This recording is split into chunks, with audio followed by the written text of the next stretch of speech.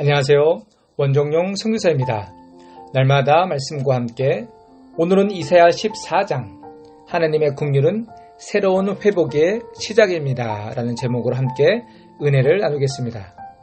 오늘 본문은 바벨론에 대한 심판을 선포하면서 하나님의 백성 이스라엘을 위로하시면서 이스라엘에게 안전과 미래를 열어주신다고 말씀하고 있습니다. 이는 바벨론에 대한 하나님의 심판의 목적이 기본적으로 하나님이 선택한 백성을 위한 것이라고 설명하고 있는 것입니다. 13장, 14장에서 계속되는 바벨론의 멸망에 관한 예언에서 이사야의 예언적 관심은 바벨론의 멸망보다 하나님의 백성들의 돌아옴에 더 큰 관심을 두고 있습니다. 오늘 본문 1절은 하나님이 이스라엘 백성들을 그들의 땅에 두신다고 말하고 있습니다. 그 이유는 무엇입니까? 첫째, 불쌍해서입니다. 긍휼은 어미가 자식을 불쌍히 여기며 사랑하는 마음을 뜻합니다. 가슴 깊이 나오는 사랑의 감정입니다. 하나님은 그 백성들이 불순종과 범죄 때문에 벌을 내리셨고 그들을 징계하여 포로로 끌려가게 하셨습니다. 그러나 이제 하나님은 그들을 다시 불쌍히 여기시고 긍휼히 여기실 것입니다. 하나님의 긍휼은 새로운 회복의 시작입니다. 둘째, 사명 때문에 다시 택하신 것입니다. 하나님께서 이스라엘을 택하신 것은 그들만의 특권적 은총이나 편애적 사랑의 대상으로 삼으려는 것은 아닙니다. 그들을 향한 거룩한 목적이 있기 때문에 택하여 주시는 것입니다. 이스라엘은 제사장 나라입니다. 땅의 모든 족속을 향한 복의 통로와 열방의 빛이 되게 하려는 선교적 사명 때문입니다.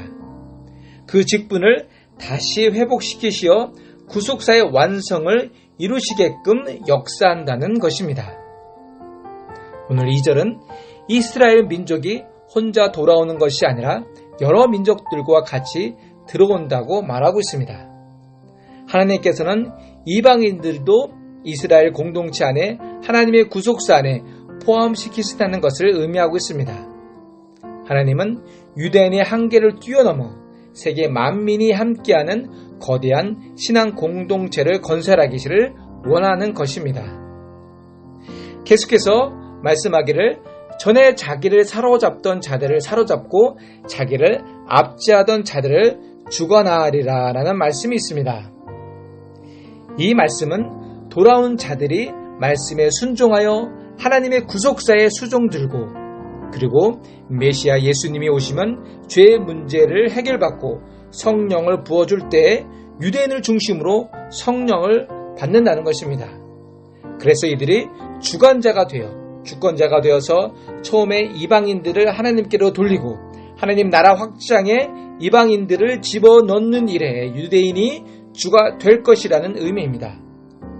그러다가 이방인이 참여하더라도 유대인이 주권자가 될 것이라는 말입니다. 이는 영적으로 복음으로 사로잡고 압제한다는 의미입니다.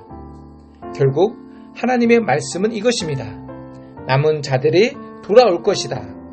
그리고 돌아와서 구속사에 수종둘 것이다 라는 말씀입니다. 그러나 유대인들은 이 말씀을 문자 그대로 해석하여 아직도 정치적 메시아를 지금까지 기다리고 있는 것입니다.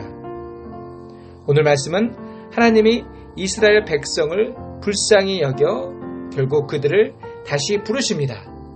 또 그 부르신 이유가 제사장 나라로 부르시고 구속사의 남은 약속을 이루시기에 부르신 것이라고 말씀하고 있습니다.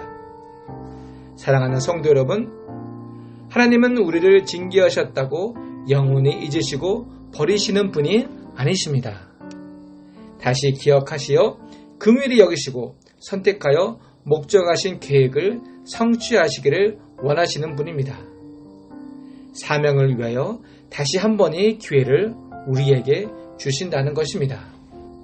그러므로 하나님의 회복의 은총을 받고 잃어버린 사명, 외면했던 자신의 과제를 찾아서 감당하시기 바랍니다.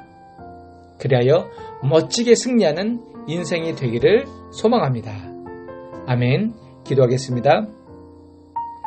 하나님, 우리 시온소 교회를 불쌍히 여기시고 긍휼을 베푸시어 우리가 하나님의 사명을 잘 감당하고 하나님의 구속사에 수종드는 성도들이 되게 하옵소서.